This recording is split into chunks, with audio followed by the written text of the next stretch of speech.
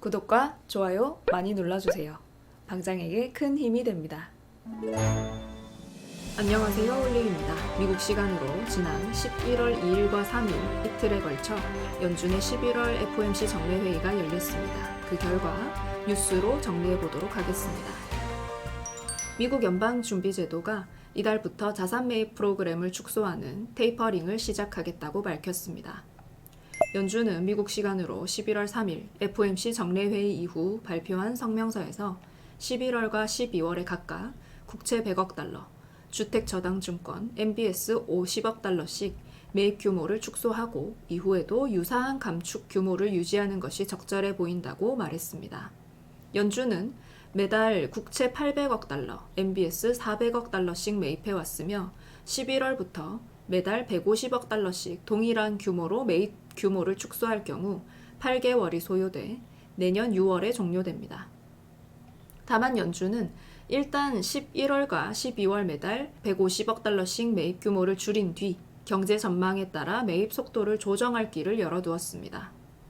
위원회는 매달 순자산 매입 속도를 유사한 규모로 감축하는 것이 적절할 것으로 판단하지만 경제 전망의 변화가 보증할 경우 매입 속도를 조정할 준비가 되어 있다라고 했습니다. 연준의 이날 결정은 테이퍼링을 점진적으로 개시할 것이라던 시장의 예상과 일치합니다. 연준은 기준금리인 연방기금금리 목표치는 기존 0에서 0.25%로 유지하기로 했습니다. 금리 동결은 만장일치로 이루어졌습니다.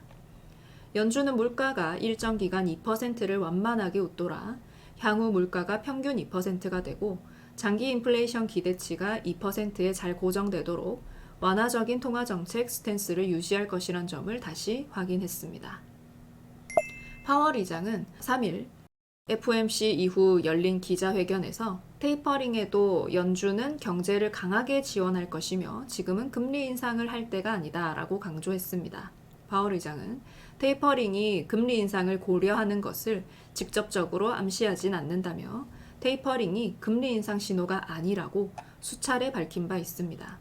내년 중반까지 경제가 어떻게 발전할지 기다릴 것이고 중앙은행은 금리 인상에 인내심을 가질 수 있다고 말했고 금리 인상을 하기 위해서는 추가적인 엄격한 조건이 만족되어야 할 것이라고 했습니다.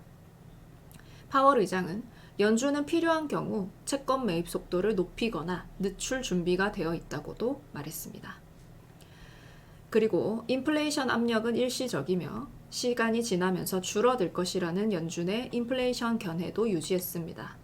파월 의장은 최근 인플레이션의 원인은 임금 상승보다 공급 병목 현상에 기인한 것이라며 인플레이션의 주된 요인이 팬데믹 관련이라고 언급했고 우리가 보는 인플레이션은 타이트한 노동시장 때문이 아니며 공급 병목 현상과 공급 부족, 아주 강한 수요에 따른 것이라고 설명했습니다. 월가 전문가들은 11월 미국 연준의 자산 매입 축소 발표에 금리 인상 가능성으로 투자자들의 시선이 이동했다고 보았습니다. 연준은 예상대로 이달부터 월 1,200억 달러 자산 매입 규모를 축소하는 절차를 시작할 것이라고 발표했고 시장은 연준이 내년 중반까지 종료한 후에 금리를 인상할 것으로 추측했다고 말했습니다. 그리고 캐피탈 웰스 플래닝에서는 테이퍼링이 금융시장에서 파장을 일으키진 않을 것으로 봤는데요. 금리 인상은 앞으로 2년 동안 논의될 것이고 테이퍼링에는 시장이 크게 반응을 보이진 않을 것이다 라고 내다보았습니다.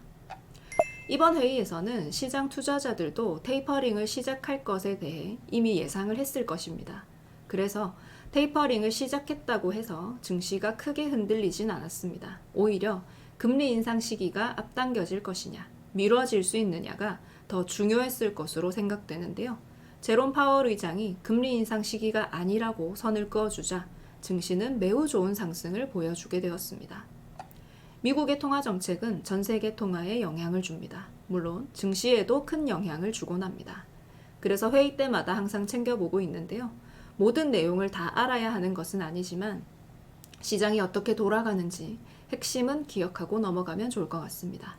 오늘 대응도 파이팅입니다. 감사합니다.